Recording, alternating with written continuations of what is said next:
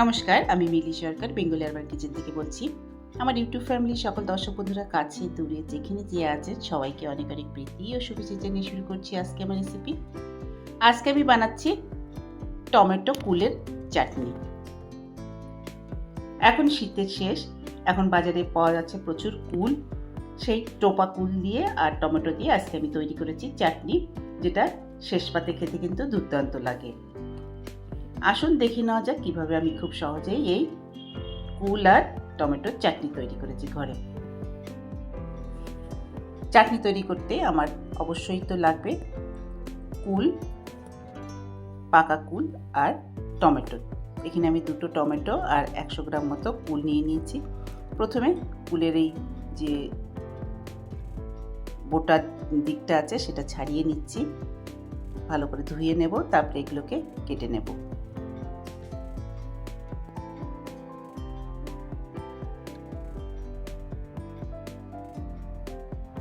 ছাড়িয়ে নিলাম। এবার কুলগুলোকে একটু এইভাবে করে ফাটিয়ে নিচ্ছি। সবগুলো কুল হাতের সাহায্যে এইভাবে করে একটু প্রেস করলে এগুলো ফেটে যাচ্ছে। আর টমেটো যেটা আছে 2টো, সেটাকেও আমি লম্বা লম্বা করে কেটে নেব। আজকে আমার বানানো এই কুল আর টমেটো চাটনি রেসিপিটা আশা করি আপনি স্কিপ না করে সম্পূর্ণ দেখবেন। দেখে যদি ভালো লাগে তাহলে অবশ্যই লাইক করবেন, শেয়ার করবেন আর বেল আইকনটা প্রেস করবেন, তাহলে নতুন কোনো ভিডিও আপলোড হলে আপনি তার নোটিফিকেশনটা পেয়ে যাবেন। এইভাবে 2টো টমেটোকেই আমি কেটে নেব।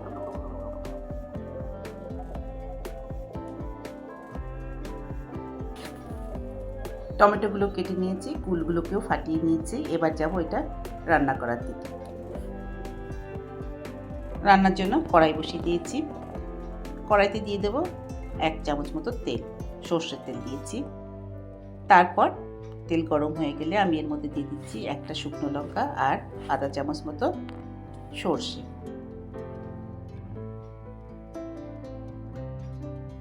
দিয়ে দিলাম সর্ষে আর শুকনো লঙ্কা। যখন এই মশলাটা একটু ভাজা ভাজা মতো হয়ে গেল, তখন আমি এর মধ্যে দিয়ে দিলাম যে টমেটো 2টো কেটে রেখেছিলাম, সেই টমেটো দিয়ে দিলাম কড়াইতে। টমেটো দিয়ে দেওয়ার পর এবার একটু নেড়ে দেব।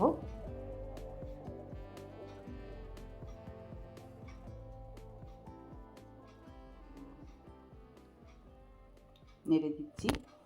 এরপর আমি এর মধ্যে দিয়ে দেবো নুন আর হলুদ। দিয়ে দিলাম নুন, এখানে আধা চামচ মতো নুন দিয়েছি আর সামান্য একটু হলুদ গুঁড়ো।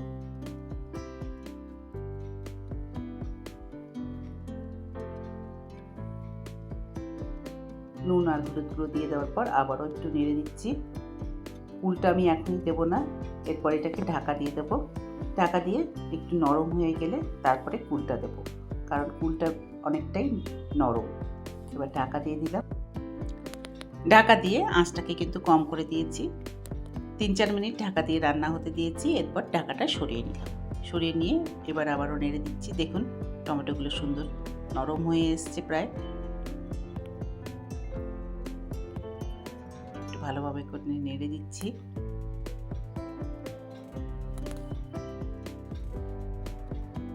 এরপর আমি এর মধ্যে দিয়ে দেব যে টমেটো সঙ্গে কুলগুলোকে যে ফাটিয়ে রেখেছিলাম সেই কুলগুলো দিয়ে দিলাম। দিয়ে টমেটোর সঙ্গে আবার ওইগুলোকে একটু নেড়ে দিচ্ছি। তারপর ঢাকা দিয়ে দেব। ঢাকা দিয়ে 2-3 মিনিট রান্না হতে দিয়েছি। এবার ঢাকাটা আবারও সরিয়ে নিয়ে আবারও একটু নেড়ে দিচ্ছি।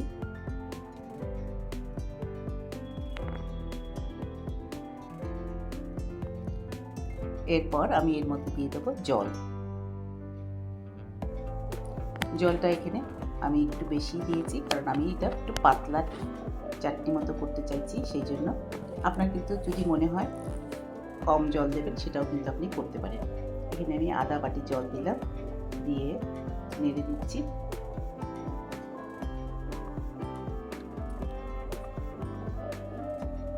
তারপর এটাকে আবারও ঢাকা দিয়ে দিলাম। টমেটো আর কুল দুটোই নরমই ছিল, ঢাকা দিয়ে 2-3 মিনিট একটুখানি রান্না হতে দিয়েছি, তারপর আবারও ঢাকাটা সরিয়ে দিলাম। এবার আমি এর মধ্যে দিয়ে দিচ্ছি চিনি। এখানে আমি আধা কাপ মতো চিনি ব্যবহার করেছি, সেটা দিয়ে দিলাম। চিনিটা কিন্তু সম্পূর্ণ অপশনাল, আপনি যেরকমভাবে টক খেতে চান সেই হিসাবে চিনিটা দিয়ে নেবেন। চিনি দেওয়ার পর আবারও একটু ঢাকা দিয়ে 2-3 মিনিট রান্না হতে দেব, তারপর ঢাকাটা সরিয়ে নিলাম।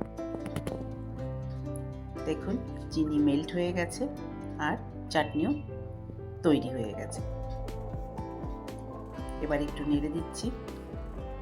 টমেটো, কুল সবই সুন্দর নরম হয়ে গেছে। এবার আমি গ্যাসটা বন্ধ করে দেব। আর এইভাবেই খুব সহজেই আজকে তৈরি হয়ে গেল আজকে আমার বানানো কুল টমেটোর চাটনি। এই সময় ভাতের শেষ পাতে এরকম কুল টমেটোর চাটনি খেতে কিন্তু দুর্দান্ত লাগে। আজকে আমার বানানো এই চাটনির রেসিপিটা আশা করি আপনাদের পছন্দ হয়েছে। যদি পছন্দ হয়ে থাকে তাহলে অবশ্যই লাইক করবেন, শেয়ার করবেন আর সাবস্ক্রাইব করে আমার পাশে থাকবেন। আবার দেখা হবে নেক্সট ভিডিওতে অন্য কোনো রেসিপি নিয়ে। ভালো থাকবেন।